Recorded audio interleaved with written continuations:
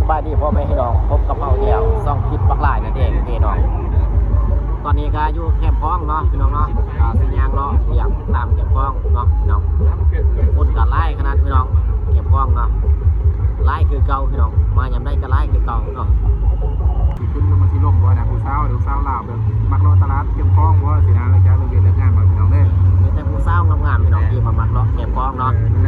อยากเห็นผู้สาวงามๆพี่น้องมาแคมป์คลองนี่พี่น้องสาวนักเรียนได้แคมป์คลองคำตอบพี่น้องแมนเนาะเพราะว่าตอนนี้ก็เนาะครับลูกไทยมาเนาะมาลิ้นเนาะบ้านเฮาเมืองเฮาเนาะก็คือเก่าเนาะ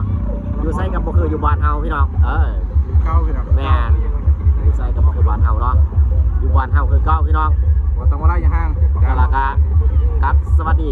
พ่อแม่พี่น้อง FC ทางฝั่งไทยเนาะกับฝั่งลาวเนาะติดตามชมคลิปฝั่งลาวแน่เนาะพี่น้องเนาะไปพี่น้องเลาะเก็บของรางวัลพี่น้องไปกันเลยย่างไปด้านหน้าแบบจะมีแบบสาวนักเรียนบ่สาวลาวบ่พี่น้องเนี่ยคือที่มักเลาะตลาดพี่น้องเนาะหลังจากเรียนเลิกงานหาสู่ข้าวแฟนมาเลาะบ่ดีพี่น้องไปเบิ่งพี่น้องมาด้านหน้าเบียร์ลาวผู้จริงใจคิดเชื่อกันอย่าแก้วพี่น้อง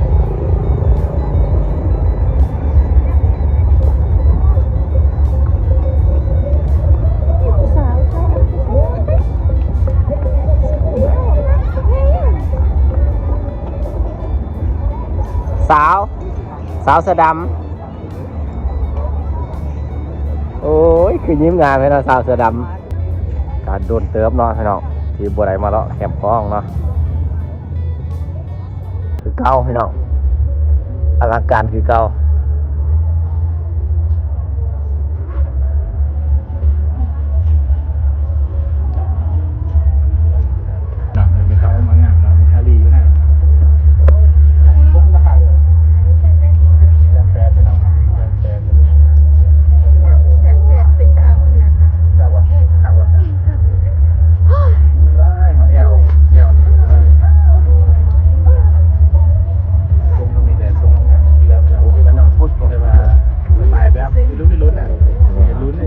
สไตล์ฮิปฮอปแน่จังหน่อยเนาะซุ้มที่มีคุณภาพตรงทางนี้เนาะแม่เป็นนุ่มทะเลนุ่มไหลเป็นนุ่มในใจเจ้าบ่อใดเนาะว่ากันไปบ่แพงเนาะพี่น้องอาหารนี่เนาะย่างคำบังสิต่ำนี่เลยเนาะเสื้อวัยรุ่นทรงวัยรุ่นเนาะ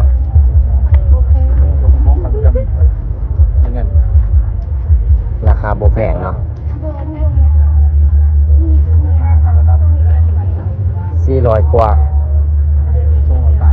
บ่ฮอด200 300ได้เด้อเดินทันไปไม่ต้องนะ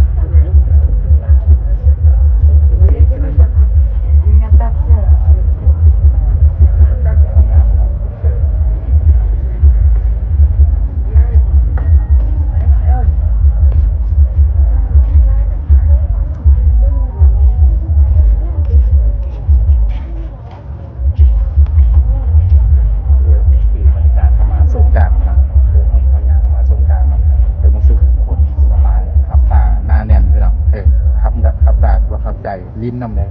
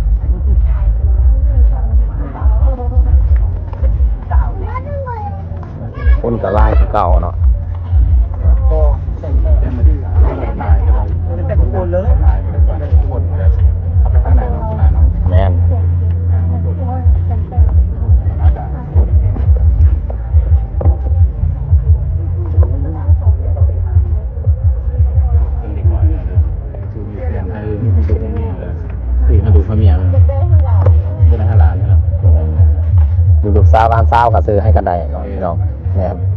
มีตัวงามเนาะ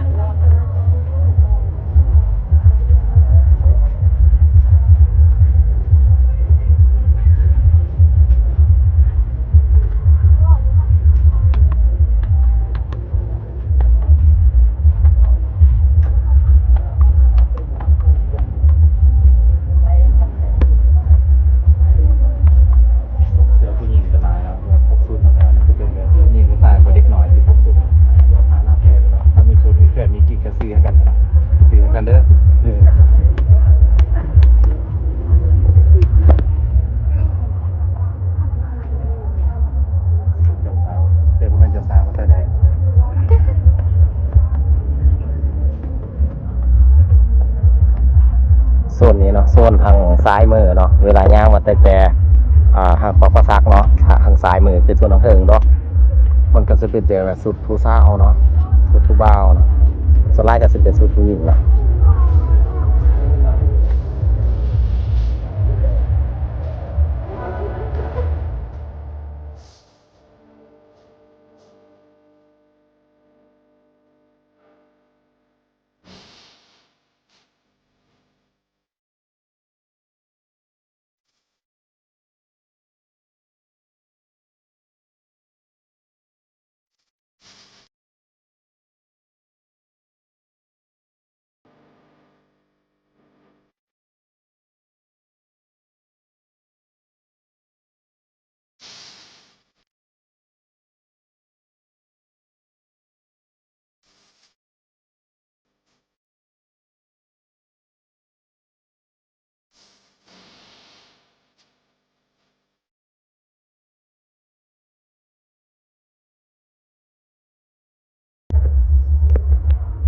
เนาะพี่น้องเป็นแบบพื้นเนาะ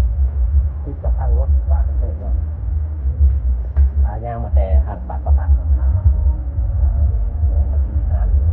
ไอ้สูงเกลือ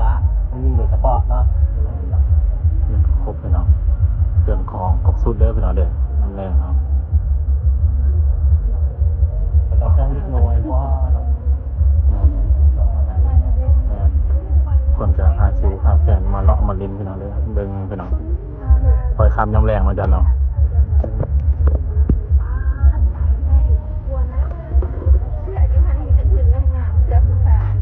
เสือผู้ชายมีบ่เสียผู้ชายเป็นที่งามแต่เฮาบ่มีเงินเนาะบ่มีเงินจะซื้อบ่มีเงินซื้อนะนาจันเนาะบ่มีเงินซื้อพี่น้องเลย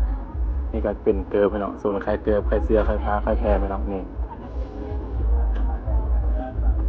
จันนี่เนาะเขาไปส่งการเนี่ยคนหลายจันคนเนาะคนหลายเนาะ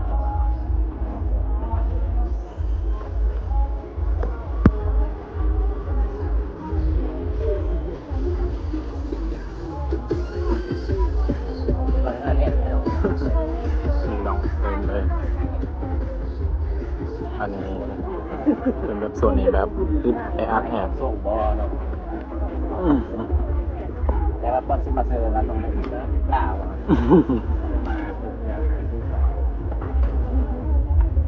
ก็เลยปิดหน้าปิดตาในกันเสื้อต่างทีคนกันไปเนาะงั้นในการเป็นกระเป๋ากระเป๋าผู้หญิงเนาะกระเป๋าผู้หญิงผู้ใส่บ่ได้ทางมองสาวบอส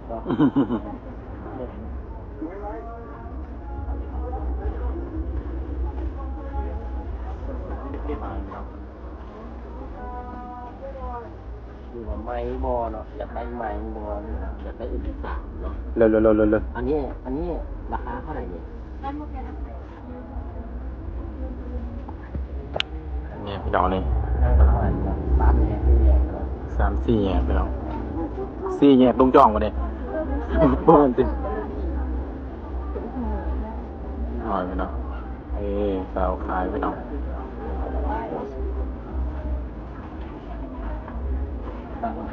อยากแบบ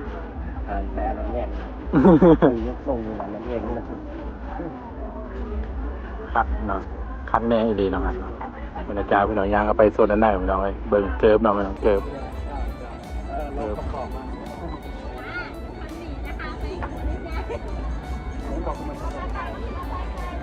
อ้ายแล้วนะ ถ้าไว้ใจแล้วได้เห็น อ้ายเลยเห็นปึ๊บอ้ายเลยอ้ายไปก่อน เพราะว่าเราอัน ชื่อน้าใด พอจื้อนะเพราะว่าเราเคยหัวแล้ว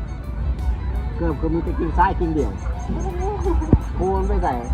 จักจะคุณไปใส่ ในใช่พี่น้องเห็นอายพี่น้องเห็นชื่อนะเอาใดเข้ามาตลอดเราพี่น้องชื่อละพี่น้องเลย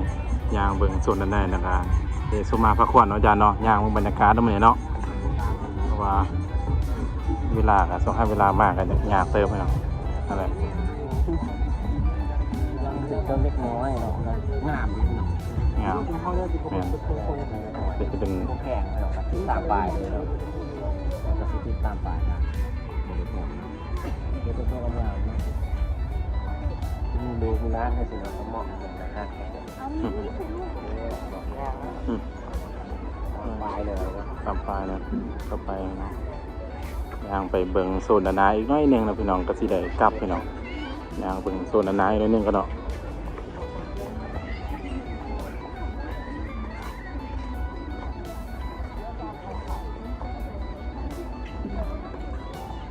บรรยากาศรู้สึกแบบคนกับธรรมดานะ เป็น จ๊ะ ร เนาะ ถตาตัวเองเลย รู้สึกแบบคนกับโบราณปานใดแต่ก็ธรรมดาเนาะจ๊ะเนาะธรรมดา เนาะปกติเลยนะ มื้ออื่นนี่คนน่าจะหลายมื้ออื่นเพราะว่าเป็นมื้อวันศุกร์คนน่าจะหลาย ปกติแล้วเนาะ ปกติเนาะต่างประเทศก็มาเลยเนาะ ใช่เครื่องหัวซับอ่างเนาะผู้หญิงเนาะมักใช้มักงามเนาะเอาทานนี้เลย นี่ไปก็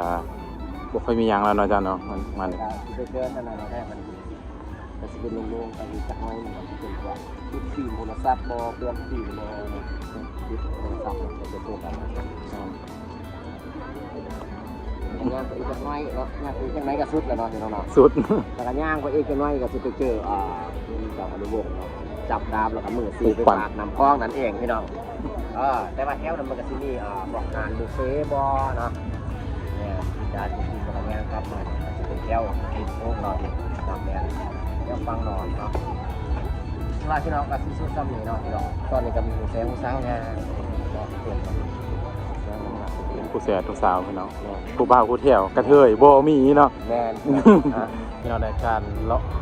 เข็มของเลยว่าส่วนเจ้าในวงกับสมาประกวดเนาะพี่น้องนะก็ได้เสื้อเพิ่นนึงเนาะเสื้อเอาใส่มาโซ่เนาะ ในเสื้อเพื่อนแมนครับ ได้เสื้อเพิ่นนึงก็คือว่า 300เนาะ 300นะเพิ่นนึงก็เครื่องก็คือว่าธรรมดาพี่น้องได้เครื่องนะ ธรรมดาเนาะบ่แพงเนาะบ่แพงเนาะน้องเป็นกันเองเนาะน้อง เป็นกันเอง เรา แล้ว ปลา เนาะ กันเป็นกันเองเนาะเป็นว่าใช่คือง่ายง่ายง่ายเป็นว่าง่ายง่ายเนาะนั่นแหละพี่น้อง2ของเฮาเนาะ2คลิปฝากหลายพี่น้องแม่นฝากกดไลค์กดแชร์กดกระดิ่งแจ้งเตือนไว้เด้อพี่น้องอยู่ทางเทิงนี่เนาะพี่น้องเนาะ เพื่อจะพาที่ใหม่ๆพี่น้อง ลงคลิปต่อไปเนาะคลิปใหม่เนาะจะบริหารโอกาสเนาะมันจะไปแจ้งเตือนในโทรศัพท์ของเจ้าเองพี่น้องแม่นคลิปนี้ก็มีซ้ำนี่พี่น้องเนาะไปเบิ่งคลิปหน้าเนาะตอนต่อไปเนาะว่าสิไปใส่เนาะพี่น้องไปกันเล ไป ย พี่น้อง